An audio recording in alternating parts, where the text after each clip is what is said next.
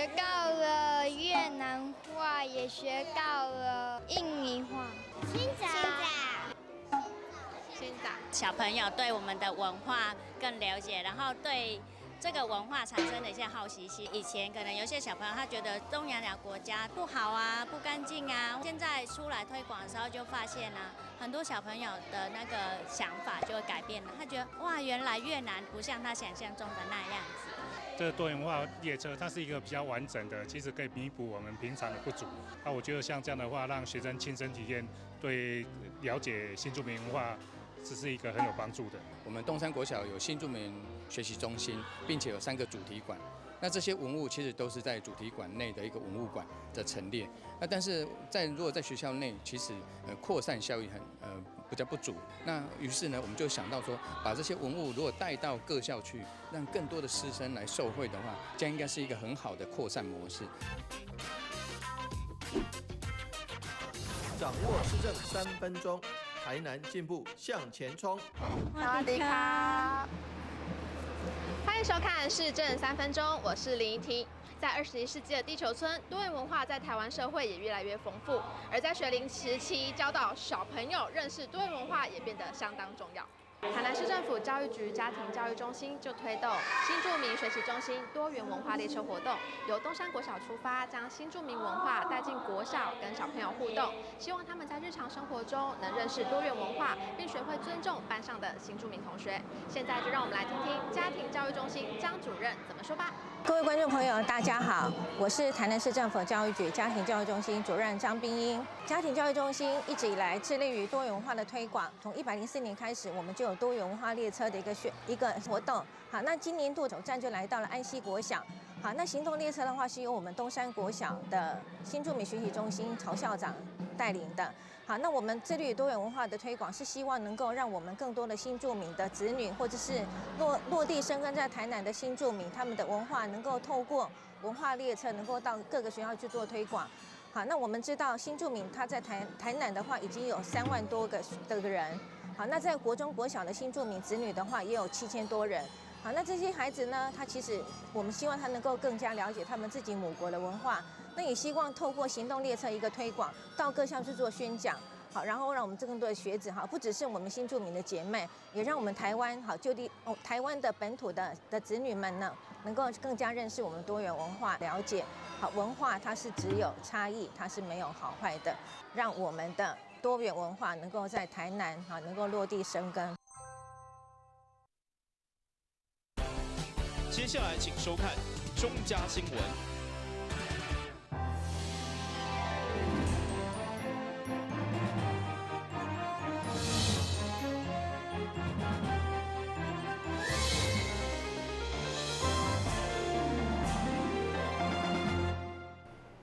另外是更加欢迎收看6月9号礼拜2的中嘉台南电新闻。首先来关心议会市政总质询。山区出身的无党籍议员周奕奇，想要在质询当中，主要针对地方的建设，包括野客堤防、水沟污染以及桥梁改建等等，以提出甲市府探讨，并且追踪相关的进度，做伙了解。山区出身的议员周奕奇，针对一寡山区的建设，包括野客、水沟等，尤其最近山区时常大雨，一寡野客的山壁或者是堤防容易放弃。因此，要求水利局要争取经费进行维护。在本溪这边就好了，人家来拜托的这些，目前来讲就大概还有1亿是没有去处理的。那变成这个相对上，如果再加上其他议员的，这个绝对是严重不足嘛。那未来您在这个编列预算上面有什么打算？跟议员说明一下，就是说我们相关的。演习治理的相关的一些经费的部分，首先我们会向水保局台湾分局来争取相关经费来办理，因为这部分呢他们的经费当然相对于我们市府来说是多的很多了哈。那当然这个部分呢，我们相关的一些治理计划都会跟他们来做沟通。那在今年来说，大概也有争取到30千万的经费来持续在办理这个工作。另外，在玉典里玉兴段一条大水沟，因为当地无设污水下水道。一寡家庭的污水拢流入去大排水沟，容易恶臭，要求水利局要来改善。一直清淤的话，其实也清了好几次啊，我想清了5次有了吧。从那个我当选到现在，应该清了5次油。那这个是我前几天去拍的照片了，一样，你看清完就是这样子。这个清淤是完全没有效果的，因为它上面下来，它是周遭因为生活污水都要排入，生活污水全部都排在这里，所以旁边的居民啊，真的就是整天都闻那个恶臭味道就饱了。当地你也知道，都是一些因为我们没有那个污水下水道系统嘛，哈。那当然这个就会造成一些恶臭。那我们基本上第一个阶段已经将沟渠里面的一些淤泥的清淤的部分，这个也都有做清除。这个上面加盖的部分，这个是我前天要去拍的。是，说加盖的部分，我想我们现在基本上是以那个非结构物的部分啊，哈，像类似镀锌钢板的部分，那目前我们跟公所已经有讨论相关的一些方案，应该会在这个月底之前来做处理。除了关心地方的建设，另外议员嘛为人民来争取福利，包括老人的健保费补助、生育补助的提升等。议员嘛希望市府会用提供婚后或者是有新进前的健康检查，因为目前6都就只有台南甲高雄无这项的福利政策。台南新闻林根张硕维采访报道。因应气候疫情，中央所提出的吉兰纾困方案，根据统计，咱台南到6月5号总共受理42400件，不过核定通过只有26000多件，通过比例只有6.5%左右。第6都是排尾啊。对此，议员陈定的批评，市府应该用其他办法提供弱势上实际的帮助。卫福部办理吉兰纾困的方案。提供每户加发1万块的急难纾困金，申请的时间是到6月底截止。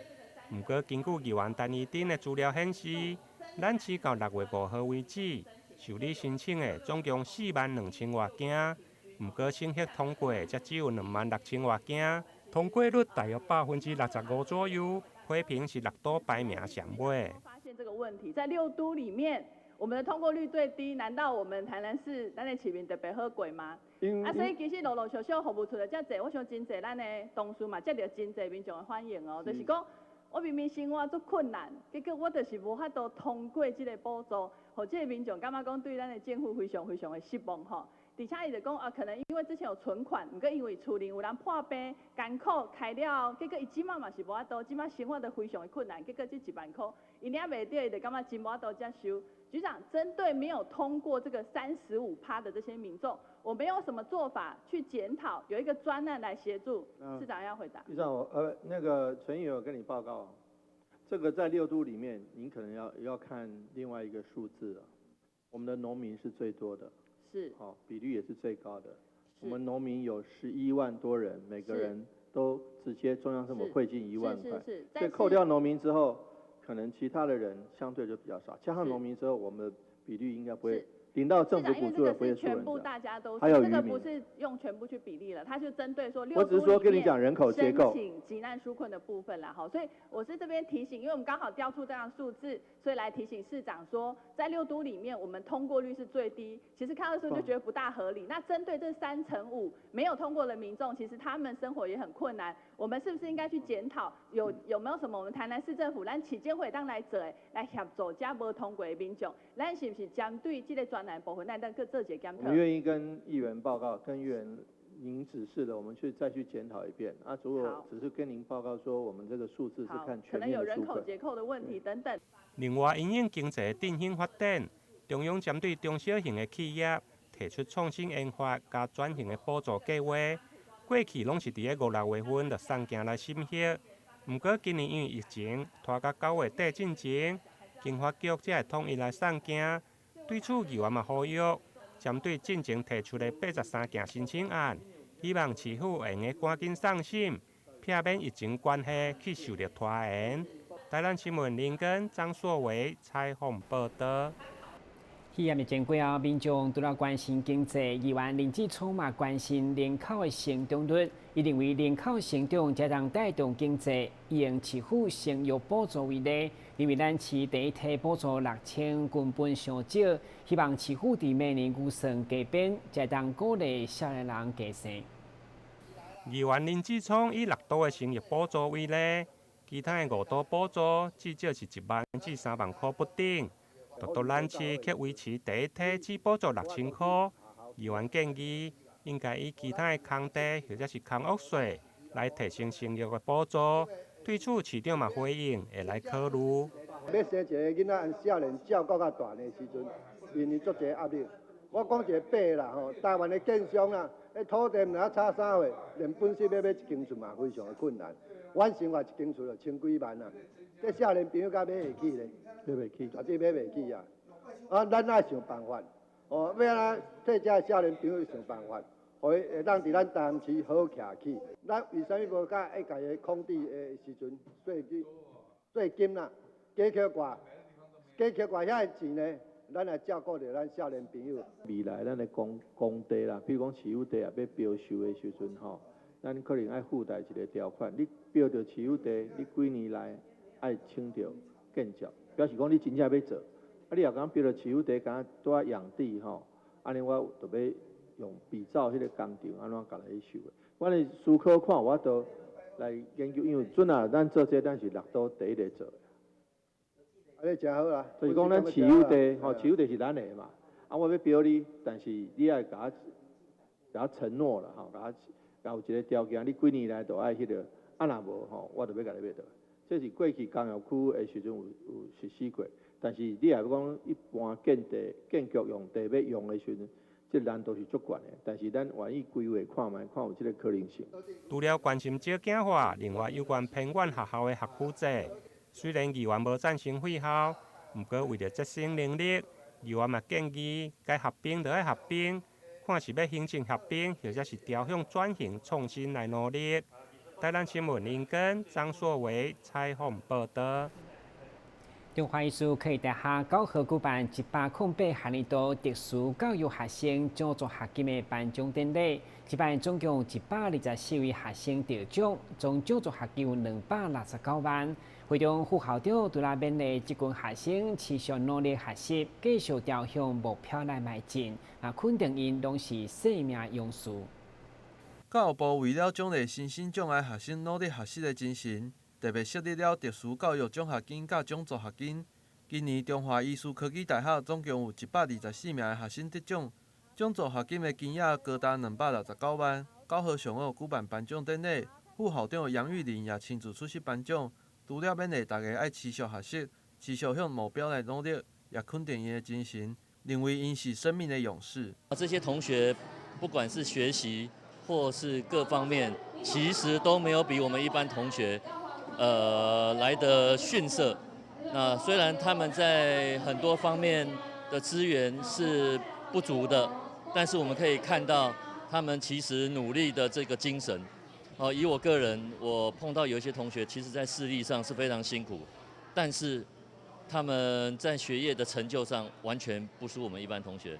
那我们学校其实也投入了更多的资源，对于这些孩子的照顾上，因此我们学校几乎是全台湾所有大学在身心障碍同学的密度，几乎是全台湾数1数2的。那教育部也投注了相当大的一个资源对我们学校。那我们更重视这些孩子将来在学习上、在实习、就业未来的成就。那我们希望，也善尽我们中华医事科技大学的社会责任，那也能够替社会传递正面的能量，让我们社会更祥和。其中这位何佩慈虽然完全看无又阁需要洗身，但是依然无放弃学习，除了完成了大学的学业。同时也考到街头艺人甲艺伎的猎人执照，伊也强调，因所需要的是帮助，毋是同情。伊也勉励有共款障碍的人爱坚持落去，勇敢去做家己想要做的，努力来实现梦想。但新闻郭博义采访报道。先休一下，马上回来新闻现场。跟我们一起走进阅读森林吧！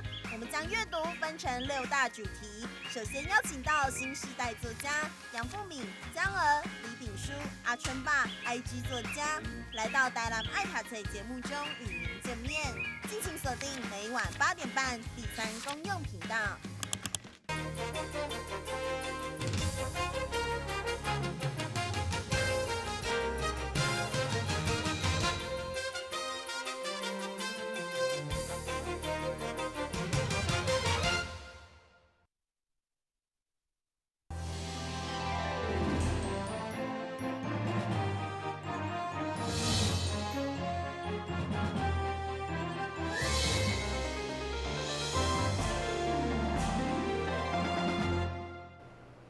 苗苗局为了帮助在地农民行销各种农产品，特别现在伫山野大出的季节，所以甲南华农会合作，推出3种顶级的山野礼盒，予大家来预定。同时卖出一克因地管10块来做公益。市长黄伟哲嘛特别到场宣传，邀请民众来品尝在地优质的农特产。台南上知名的水果之一山野，现在也是开始出产的季节。台南邮局为了帮助农民行销，特别甲南华农会合作，民众会使伫邮局也则是网络来预定3种无共等级甲介绍的红宝石爱文山野。9号上午举办宣传记者会，邮局也邀请民众做伙来品尝台南在地优质的农产品。邮局呢，对于这一块也是一直都在推展上面都一直不遗余力的哈。包括我们的邮政商城，还特别成立一个农特产品专区。也就是要把在地的好食材推广给所有的乡亲，所有的我们全省的各地的一些民众们。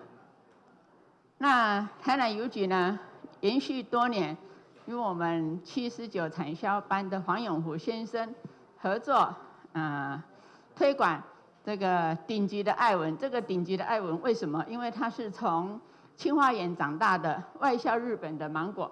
所以呢，只要你吃过了，就会齿颊留香，流连忘返。会中也特别邀请市长黄伟哲出席宣传。市长强调，透过邮局帮忙行销是一种得雅的局面。这些芒果呢，不仅是价格很便宜，而且事实上 CP 值超高，那品质超好，那又可以让第一个邮局又可以服务到家，让农民很方便，在每个自己的村庄里面，自己的里里面。就有集货场，就可以把芒果送出去。那对消费者在最短的时间内吃到最新鲜的芒果，那是最好的。那对公益团体，每销售一箱芒果就捐10块给长照协会，能够关怀弱势。对台南市政府来讲，我们也维持了这个芒果的品质，所以可以说是4赢的局面。我们希望各位好朋友能把握这个机会，能品尝最优质的这个我们台南的芒果。那只要去上网到邮政商城，或者是到台南市各农会的这个玉井、左镇、南化、南西4个农会的这个网站上，或者是台南市政府所推荐的电商网站平台上，都可以品尝到、订购到最优质的台南芒果。这届邮局也落实社会公益，只要卖出一箱，就会捐赠10块，予全球关怀长期照顾协会，予民众伫支持在地农民的时阵，也会使来做公益。台南新闻郭博义采访报道。去年疫情解封以后，侪旅游景点开始出现人潮，其中山上水稻博物馆的产业者嘛推出野餐特别组合等等好康，鼓励民众利用时间到户外行行，享受在地美食。随着武汉肺炎疫情伫国内得到控制，侪旅游景点也开始出现人潮。其中台南山上水稻博物馆因为户外空间真大，加上特殊的古迹建筑，也吸引了侪民众来参观。顶个月已经突破50万的参观人次，对着古迹园区来讲，也是非常好的成绩。山上花园水稻博物馆，我们从去年10月开幕开始以来，一直到现在，其实在上个月就已经破了50万的参观人次。好，那这个其实对一个园区来讲是非常好的一个成绩非常非常不错的成绩。那也是因为这个园区腹地真的是非常非常的足够。那它的这个不止来到这里呢，不只有古迹可以看，有里面的这个水稻的设施、百年的设施可以看。那里面我们所有的展示的东西呢，也都非常的有知识性。所以呢，不管是大朋友还是小朋友来到了这呢，都可以有非常好的这种寓教于乐的体验啦哈。为了吸引解封后的人潮，园区当中的餐饮业者也特别推出了野餐的特票。上大的特色就是结合当地农特产品的餐点，同时业者也提供野餐店的组织，让民众会使轻松来佚佗。这次我们那个山上水稻博物馆呢，附属的那个水稻咖啡，我们推出了那个2人套餐跟4人套餐2人套餐是499含门票2张门票，那4人套餐就是899含了4张门票。